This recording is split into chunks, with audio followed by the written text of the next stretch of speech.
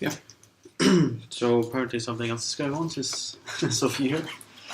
But yeah, I had some technical difficulties, so sorry for starting late. The computer here is broken apparently. Today we'll start about spectral element method, which is a subset of a finite element method.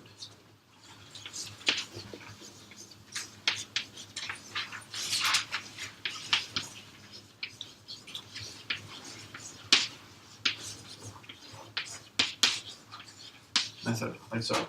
So the spectral element method is a higher order method, and generally it is, well, at least in some regards, it's superior to finite element methods. So some advantages of it is that it's a high order method. You can scale it more easily. It also handles irregular meshes. So in finite difference, we were only able to handle meshes like this. So this is why it's called, let's see, or in finite difference methods, we were only able to handle regular meshes. That's because, well, it's finite difference, so the difference or the distance between each cell or unit or element is the same. But with finite element methods, you have a finite amount of elements, and you can cut your mesh as you like. So say you want more accuracy in one region of your simulation, you can try to, well, you can just add more elements there before starting your simulation, of course. So this is akin to when we did integrations with adaptive quadrature. Then you would have some regions which introduced more inaccuracies or more error. This is similar, so you can actually scale your different regions such that they all contribute the same to the total error of your system. And also the boundary conditions in the spectral element method will be built into the solver, so you don't have to worry that much about the boundary conditions. They just fall out from the method we're using. And it's also based on the weak formalisms of the partial differential equation, which we'll come back to. Though it has some disadvantages. As you'll see, we need a lot of so-called transfer functions. So we are going from some domains and back and forth, and we need these for all the elements. And also it is more difficult to implement. There's a lot more details, a lot more stuff going on. And one of the main difficulties in actually implementing this is creating a mesh that makes sense, that actually contributes to the advantages of this method. I mean, you could just implement the spectral element method on this grid. There's nothing stopping you, but you don't gain anything by using this type of grid with the spectral element method. Well, you still get the boundary conditions, but still it's not going to give you that much. And we will apply the spectral element method on the wave equation. So first we'll do the acoustic wave equation, and next we'll do the, well, I guess we only have the acoustic, yes. Yeah, only the acoustic. So I guess we start there. So I will introduce again the wave equation in a slightly different manner as we've seen before, and then we will try to figure out the weak form of this partial differential equation. So 1D wave equation.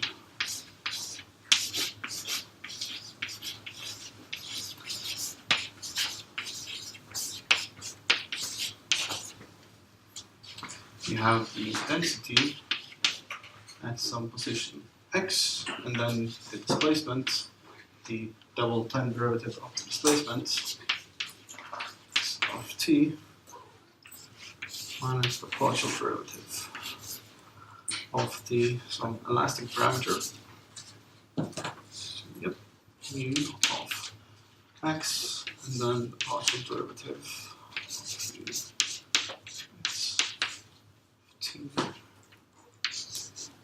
And then we need some driving force again. So f of xt, like so. And then we have our, so this is just 1D. So we say that x should be part of a region, which we will call G throughout these lectures. In this case, you can just imagine that it goes from 0 to L. So we're looking at just one string. We also have time, which, well, we just said it starts from 0 and ends at big time t. So it's not infinite. And then next we will use Neumann boundary conditions, which means that the partial derivative, or the spatial derivative of x t at the start of the string is the same as the partial derivative at the end of the string, which are both 0. Meaning that the derivative at the beginning and the end of the string should be 0. And also some initial conditions. So these are, well, like this, boundary conditions. And then the initial conditions is that, well, this should be quiet to begin with.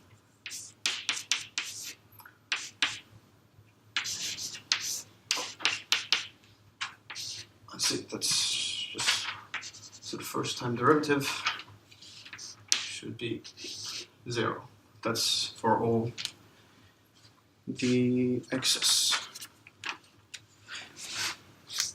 So this is the so-called strong version of the wave equation. I could probably just, so we are looking at a string, like so, going from x equal 0 to x equal L, and we say that the derivative at the ends should always be 0, so that's here and here. That's the boundary condition, whereas the initial condition says that our string should just lie flat at the start. So we are not starting with something on the string.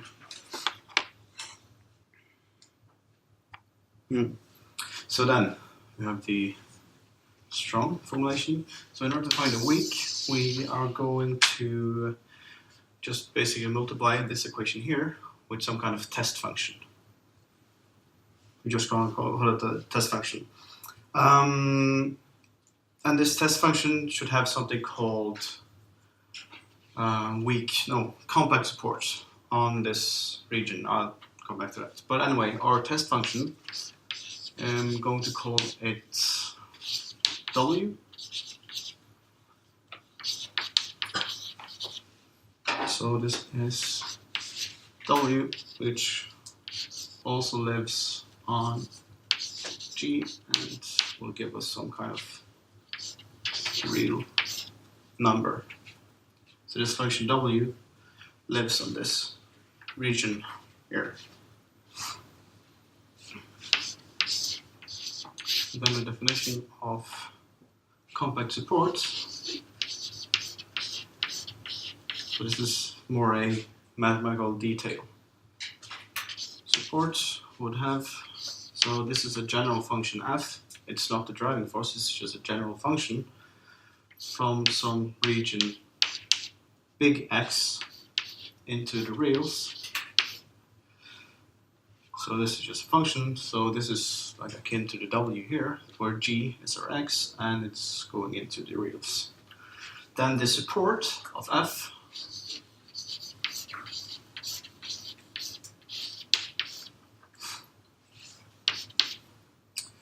is every X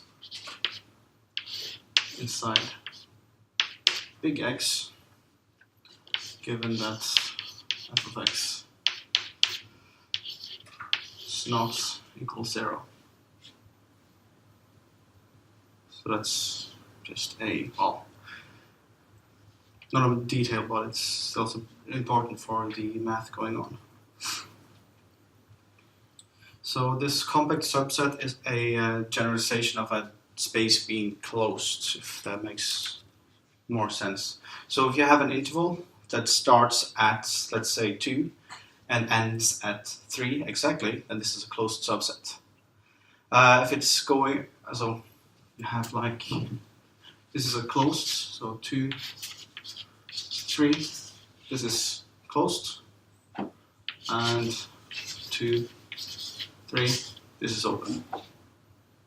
Because you don't have 2 and 3 in this subset. So it is kind of, the edges are fuzzy, so to speak.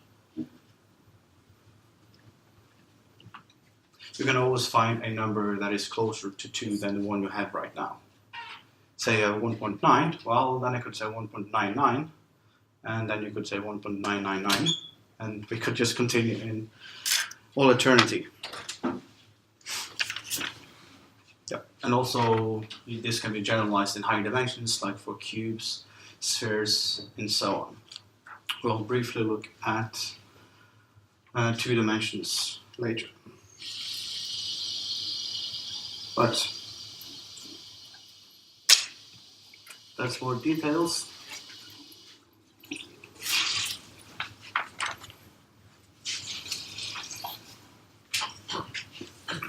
So this is just to make sure that we can actually multiply with our test function. So that's what we're going to do now.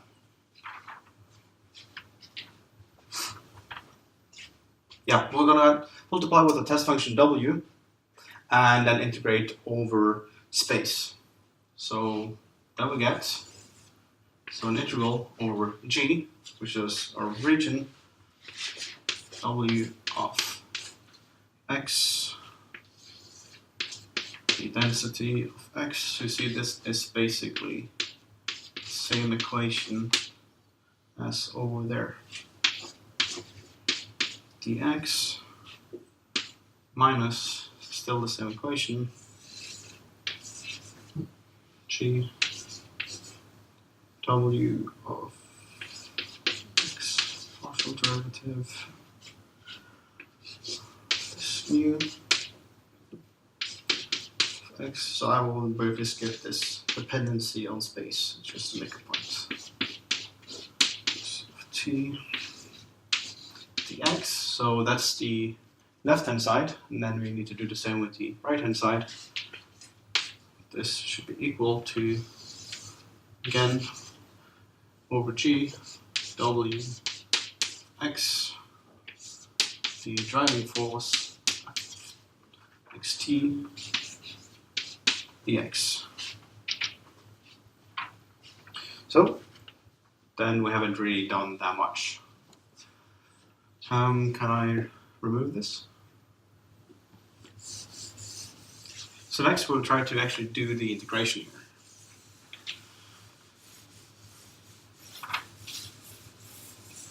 And we're going to do it by integrating with parts to get a better form of it.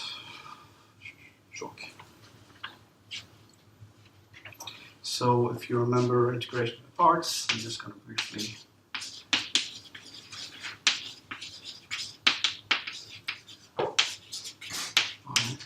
parts.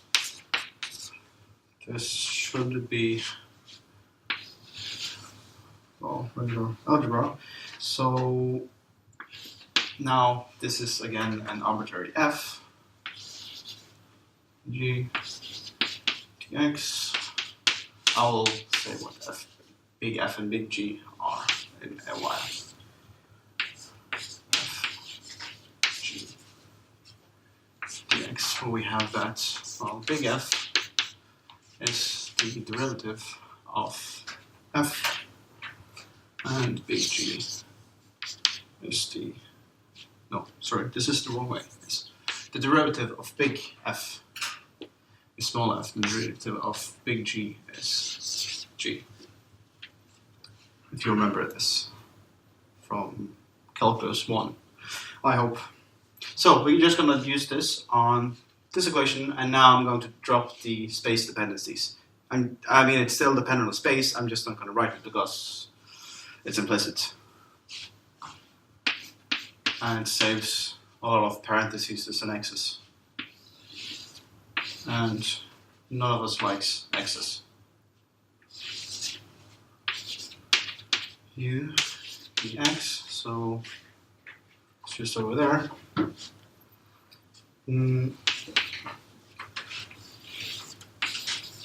G, dx, w.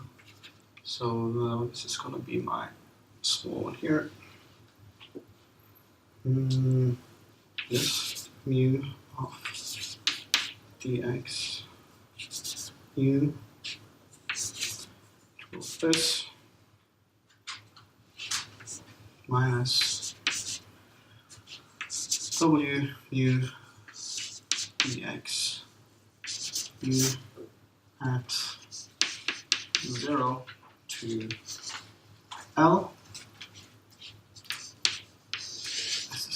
So again, over our space G, WF dx. Now, if you remember our boundary conditions, it's that the spatial derivative of the displacement at x equals 0 and L is 0. So this one goes away. 0 like there. And then we are stuck with this bit.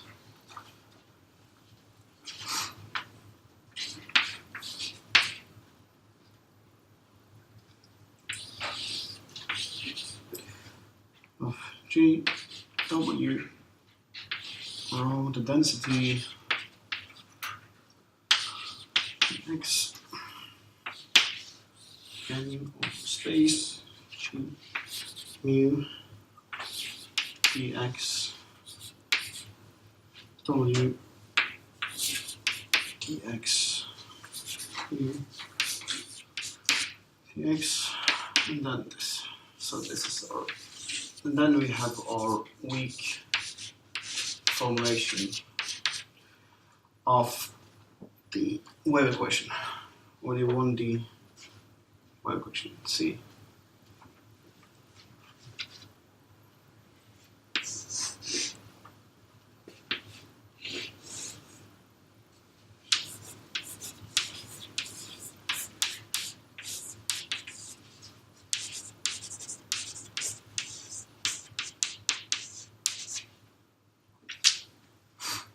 It might look like witchcraft, but it isn't.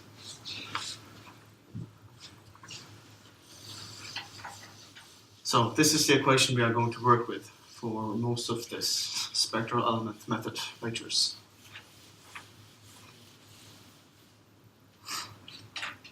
And then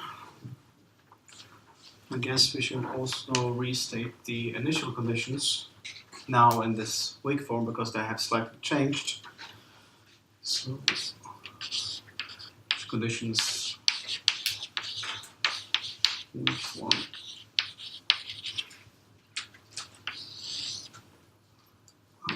Oops. G rho W at t equals 0 dx is integral over G W t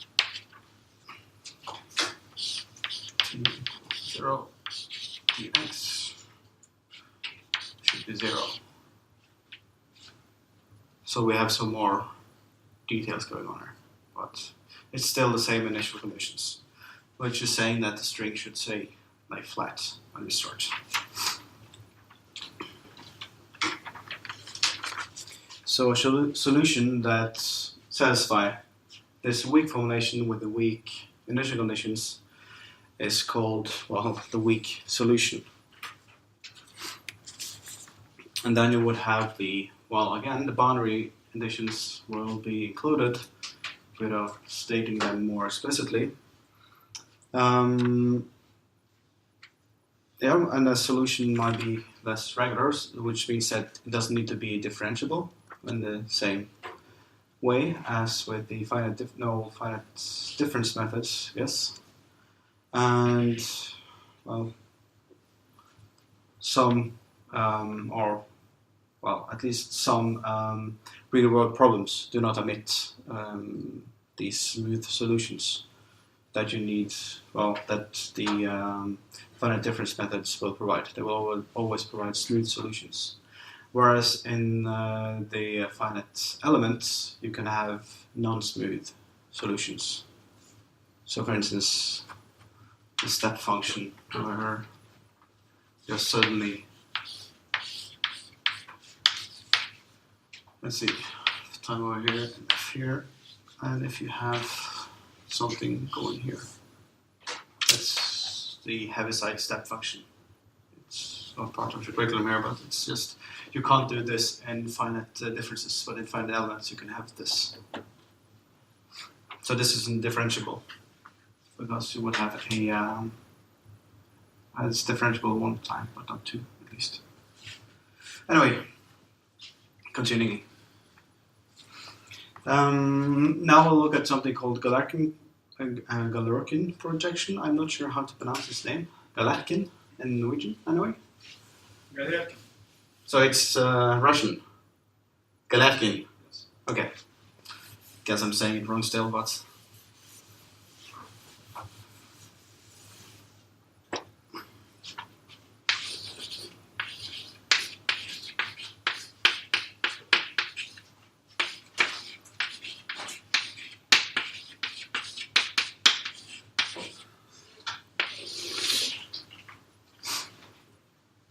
so we are going to approximate the solution to this U, by using a superposition of n basis functions. So we are going to find some kind of basis functions on our G, and then we are going to sum them up, which is called a superposition. It's just a fancy word of we can sum these and it makes sense.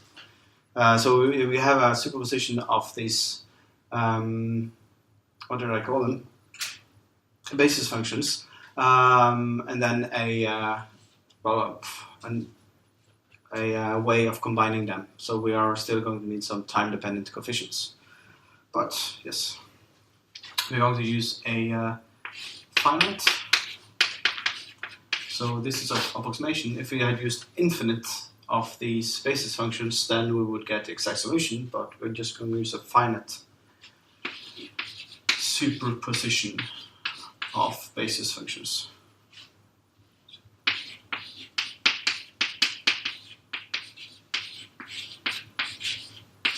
And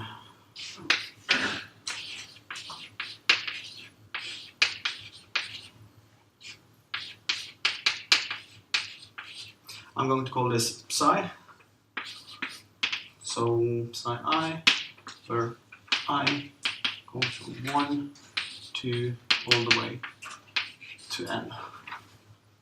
So the accuracy of our approximation will depend on how many of these basis functions we use. So how many of these psi's we are having.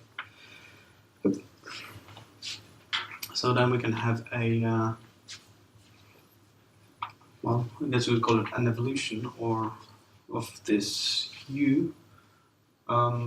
This is okay to take with.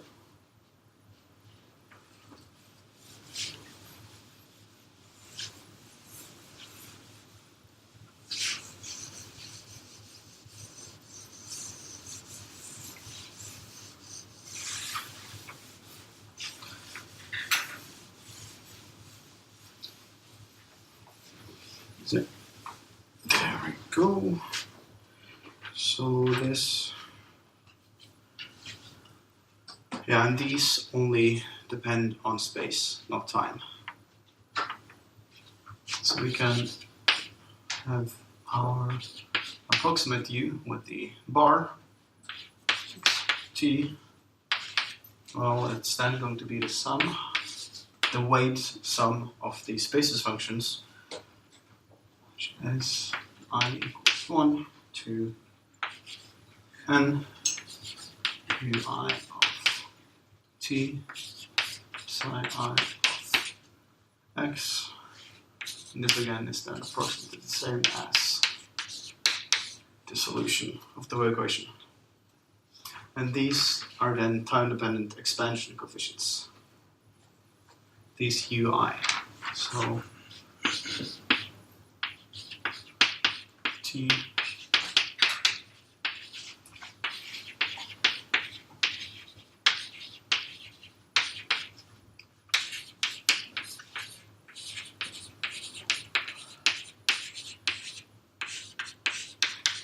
So now we have reduced it to having to find this time and space dependent U into finding only the time dependent component or the expansion coefficients, because these basis functions, they are given.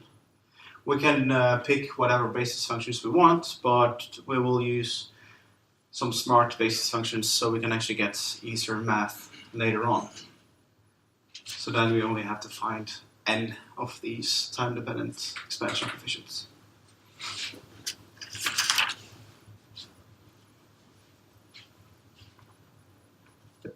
So how good this is, it mostly depends on how many of these we have, but also the model parameters. So this removed all of it, but the density rho and the elastic coefficient mu as well. And also, well, the source. And then we would require that this solves the weak form. So if I were to briefly write this again, we would have that G rho C of I. So now I have replaced just the U with this approximation of the time-dependent expansion coefficients and the basis functions. dx G du dx sine I dx of I. Let's see. Sorry, I skipped a detail.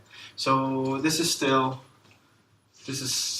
this one, and now I've used these basis functions as test functions as well. So instead of W, I have this psi I here.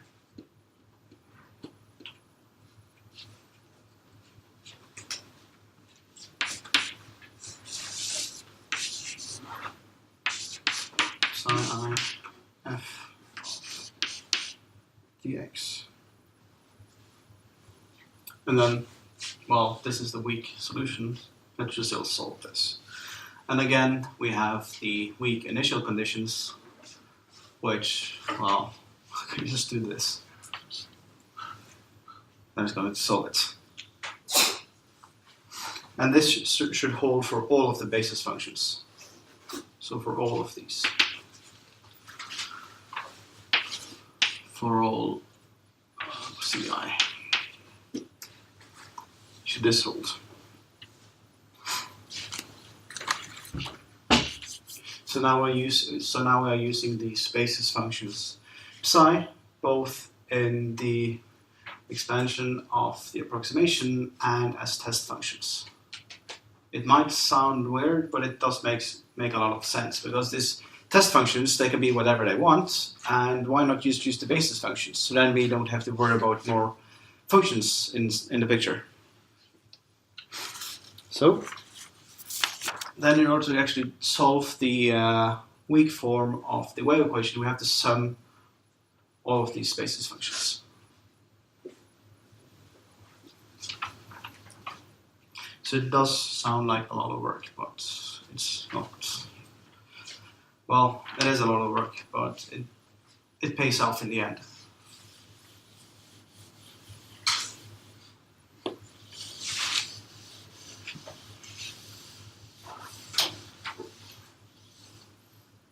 So now we're going to have this approximation plus the reformulation. Then we would get a sum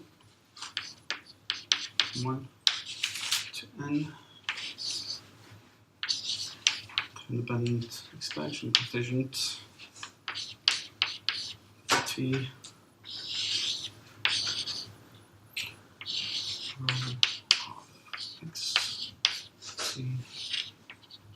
J,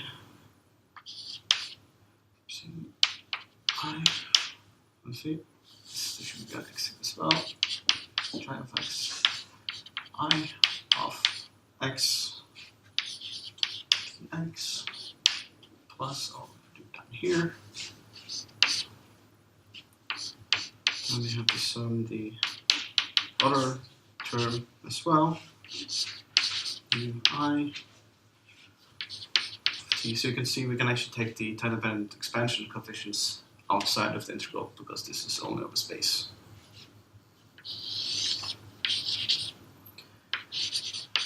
U of x, dx, j,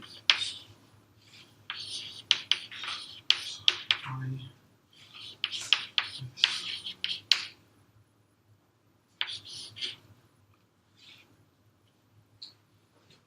Oh, well, I forgot to write this.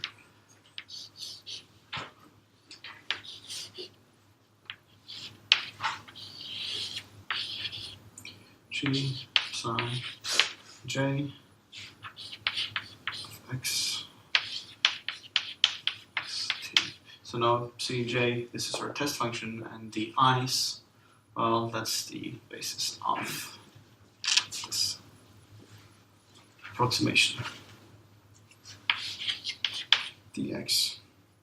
And then again, this should hold for all, well, I can have it in English.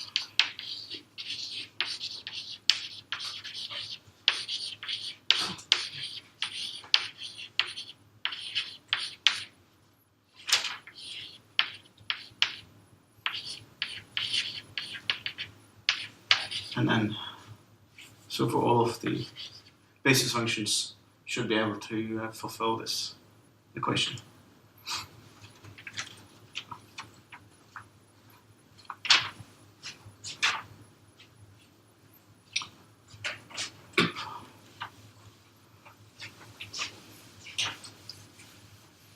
And then it shouldn't be much of a surprise that we can write this on a matrix form. This is called an, it's just a name though, it's an algebra differential equation of this. So I'm going to define everything here later.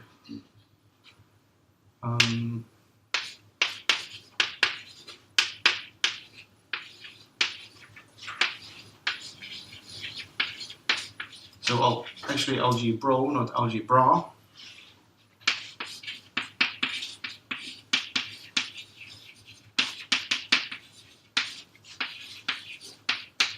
Equation. So we have this big M U vector T K. So this looks similar to the final drill string equation we got. And notice that these are now vectors and M and K are matrices. How does this matrices look like? Well, they are of course expressed by this, but let's take a look. I can remove the middle part. Yep.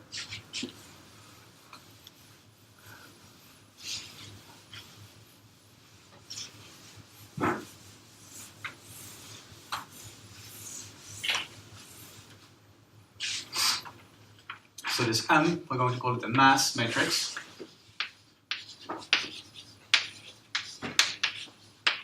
Or just M.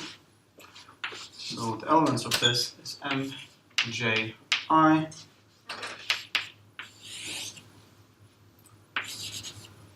G, rho, X, C, J, X, C, I, X, dx. And then this K is a stiffness matrix.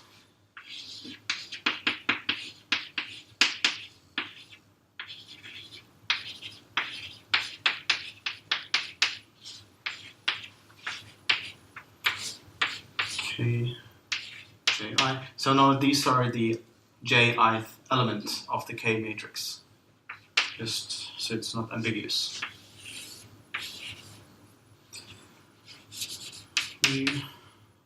X dx c j of x dx c I of x dx.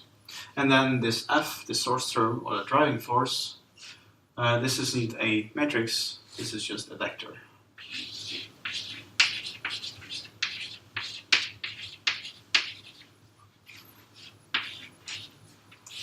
F j of t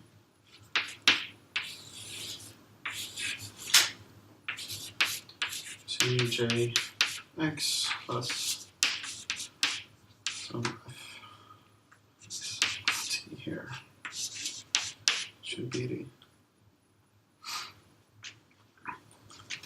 the driving force. Yeah. So what is the difference between, so this spectral element method, it's a subset of finite element methods, but there's some differences. So in 2D and 3D, the main difference is the choice of elements, so how you discretize your grid, and also the type of basis functions, so these you use, and also, especially for the wave equation, the integration scheme in time. Yeah, the integration scheme that is used in time.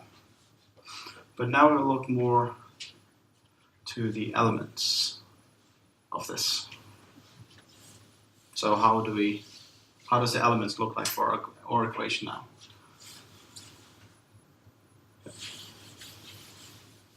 Well, this is just a 1D equation, so the space isn't really that interesting. We do have a line here.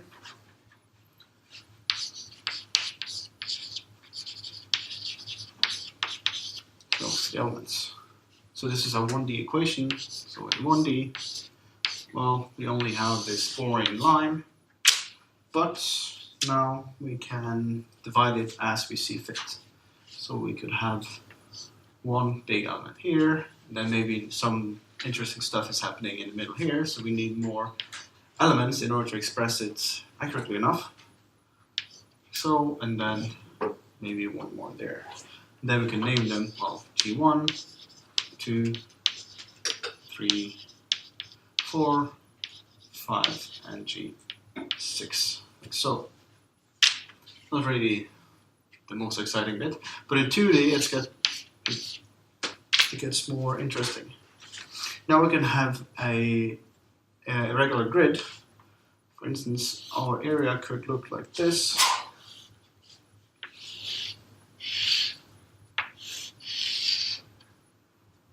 Oops, a bit too far.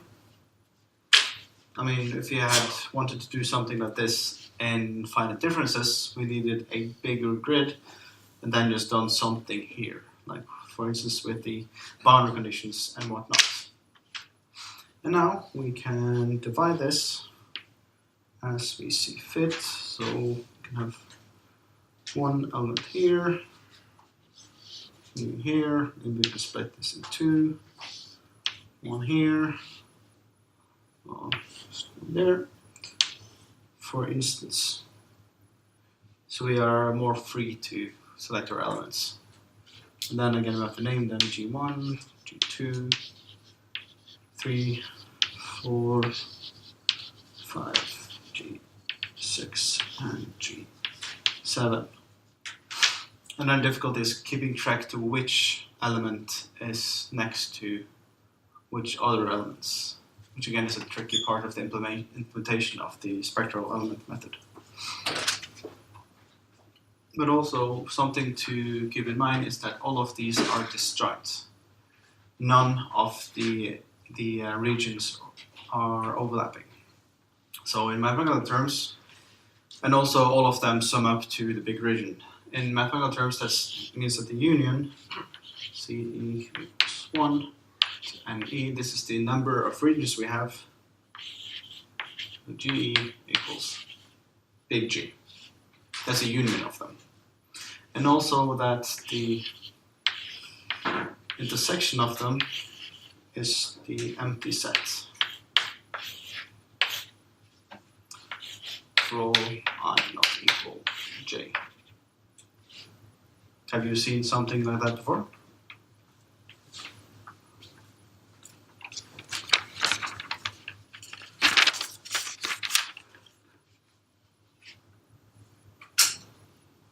Yeah. And then I guess that might be a good place to have a small break. If there's any questions.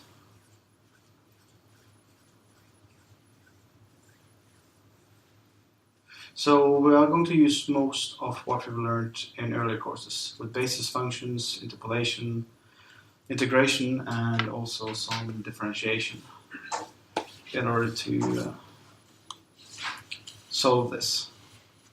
So it's kind of, you need to use everything you've learned so far, almost everything. Yep, then we'll take a 15-minute break.